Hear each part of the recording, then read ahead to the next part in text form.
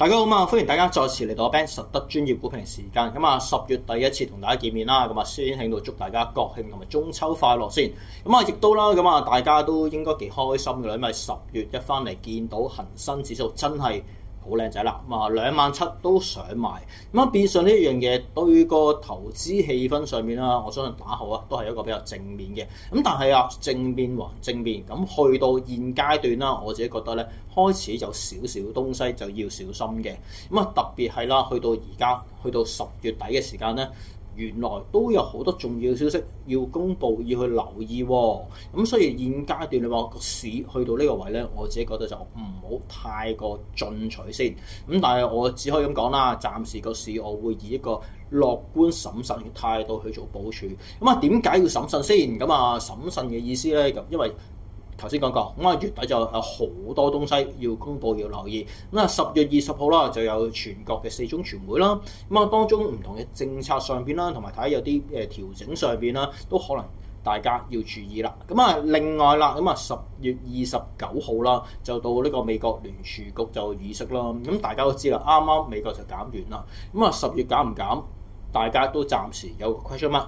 雖然大家全部都係覺得10月鮑威爾都係要減㗎啦，咁啊特別係啦，咁啊啱啱公布咗美國一啲就業數據唔係咁靚仔喎，更加覺得佢要減。咁但係啦，佢如果再減，係咪意味住鮑威爾佢覺得自己開啓咗一個減息週期咧？咁呢一樣嘢好重要啦。如果減息週期真係開始嘅話咧，相信對全球個股市上邊啦係有一個更加正面嘅一個幫助嘅。咁所以兩者啦咁重要嘅消息或者咁大個 question mark 底下啦，我相信對個市場上邊啦，當一啲基金嘅部署啦，去到越嚟越近月中月底嘅時間咧，佢哋應該啦會減少一啲風險啊。咁啊變相呢段時間可能大家就以一個態度啦，要審慎嘅，咁但係整體偏樂觀就話，如果個市夠低回翻少少，咁啊我都覺得好多東西值得去部署嘅。咁但係啦，今日啦，咁啊如果以個別板塊或者個別行業嚟計啦，咁我覺得有一樣嘢咧都可以留意下。咁特別係啦，點解有呢個意見咧？係因為我睇啱啱睇咗啦一份嘅報告，咁覺得幾得意，可以借呢個機會啦，咁啊同大家去研究下咁相關嘅東西嘅。咁啊呢份就係咩報告咧？就係話2024年啦，咁啊全國嘅科技經費投入統計公佈。咁當中咧咁啊值得留意就係個 R&D 嘅費用啦，就係 R&D 係即係咩咧？咁啊投入去研究啦、試驗啦同埋發展嘅一個經費。咁啊原來2024年咧，咁啊全國 R&D 佢嗰個投入嘅經費咧，又增長咗8.9%嘅。咁其實呢個數字都真係幾勁嘅。咁啊而再落去啦，咁啊佔 GDP 嘅比例上邊啦，亦都係比2023年為之多。咁啊所以見到就原來咯。國內喺一啲投入上邊咧，有啲科技嗰個叫做今年啦，可以見到好多科技嘅進步咧，多多少少相信同呢個有關啦。咁但係呢個進步其實喺現階段，我相信咧就變得更加重要，因為好多企業公司嚟緊喺全球競爭力上邊咧。有幾大有幾強咧，就係睇呢啲啦。咁啊，特別係今年啦，大家可能都會再次意識到啦，呢啲投入或者科技嘅進步啦，咁啊對於啲股價嘅幫助。咁特別係邊啲行業咧？特別係話上年原來啦投入經費力度第二嘅，咁啊第二嘅咩行業咧？就係醫療嘅製藥行業啦。咁啊，大家見到啦，咁醫療嘅製藥行業喺今年啦，佢嘅無論呢個股價嘅發展啦，咁同埋佢哋醫療製藥行業裏邊啦，一啲公司喺全球嘅競爭性上邊見到越嚟越大喎。咁啊，呢一樣嘢同之前都同大家分享過，因為越嚟越大、越嚟越強嘅同時，咁啊對比翻佢哋嘅幫助，未來嘅潛在利潤嘅增長當然係高啦。咁所以變相啦，原來呢投入經費真係有關係嘅喎。咁但係啦，今次想提嘅行業咧就唔係頭先醫療製藥啦，因為頭先講過啦，咁啊佢哋咧只係喺上年啦，咁啊2024年投入嘅力度佔第二嘅啫。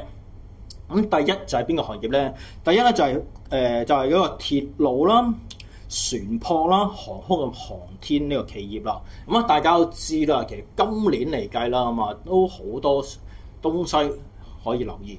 咁啊特別係咧啲基建上面啦，特別係船啊。咁啊點解咁講咧？因為其實如果你話啱啱有睇一啲新聞都知㗎啦，其實而國內第一艘咁啊萬噸級嘅純電動智能嘅呢個運船咧，即係嗰啲貨櫃船啊，咁啊已經係正式落海啦。咁其實呢樣嘢可能會打開咗另一個叫做新嘅行業，一個製造行業嘅出海。咁啊，事關其實呢幾年咧，國內嗰個造船行業咧已經係佔全球第一㗎啦。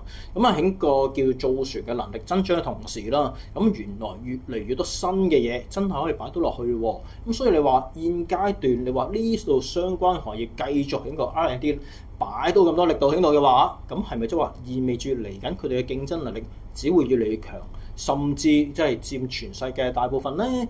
咁啊，再落除咗船啊，原來鐵路啊，即係高鐵上邊咧都有咁嘅 case。咁啊，變相啦，我即係覺得根據呢份報告可以咁睇啦，其實原來而家啦，國內一啲造船行業啦，甚至乎高鐵啦，其實喺個全球嗰個佔比上面咧，好有可能逐步提升喎。咁啊，相關嘅板塊企業上邊啦，咁我相信都係有個更加好嘅增長嘅潛在能力嘅。咁所以嚟講，大家如果真係啦，覺得可以長線少少去部署嘅話咧，相關行業我覺得都係一個唔錯嘅選擇。咁當然啦，頭先講到現階段我自己覺得都係有少少高咗嘅。咁啊，如果你話調整上邊啦，慢慢咁啊加翻多少個比例上邊啦，部署上邊啦，去相關，我覺得就唔錯啦。咁啊，今個星期就咁多。咁啊，下個禮拜咁睇到啲咩大嘢啊、新嘅消息，再同大家分享一下啦。拜拜。